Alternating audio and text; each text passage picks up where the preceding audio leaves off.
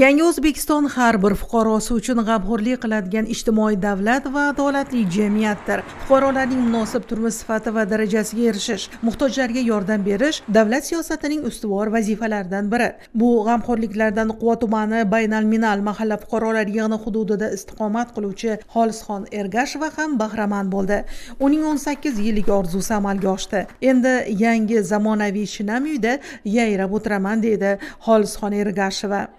Yashagimizga taraxtor o'g'ib qoldi. Nima bo'lyapti desam, g'isht tushiryapti.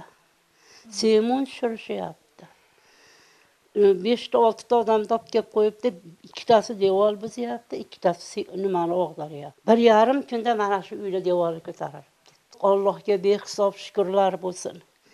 Men ham o'tirar ekanman yangi uyda. Bunaqa yangi gilomlarda men ham o'tirar ekanman. Allohga shukr qilaman.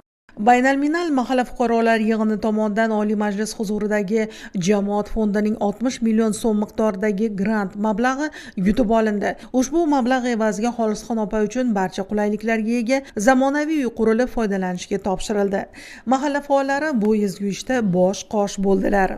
Hamma qo'shnilar biram xursandmiz biz ham. Men uylarini ko'rib, hammamiz shunaqa uylarda yashagimiz keldi. Biram chiroyli bo'pti. Bu opaxonimizni quvonchi, xursandchiligi hech qayerga sig'mayapti. Biz ham shuning uchun mana ko'chalarimiz bundan-da chiroyli bo'lib qoldi.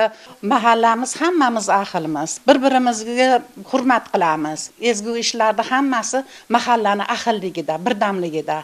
Albatta bu loyiha bir oila misolida mahallada ijtimoiy birdamlik, o'zaro mehr-oqibat muhitini yanada mustahkamlashga xizmat qildi.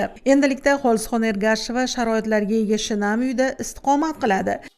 Avvalambor prezidentimizga rahmat. Bitta men uchun mana shuncha odam harakat qildi.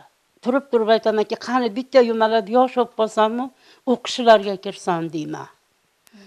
Hozir mana bu prezidentimiz hamma sharoitni ochib qo'ydi. Ichimdan xursandman. Mahallada mehr, muruvvat va oqibat singari chin insoniy fazilatlar namoyon bo'lmoqda.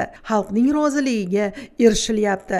Oliy Majlis huzuridagi fuqarolik jamiyati institutlarini qo'llab-quvvatlash jamoat fondi Farg'ona viloyati hududiy bo'linmasi bu kabi ezgu ishlarni davom ettirmoqdalar.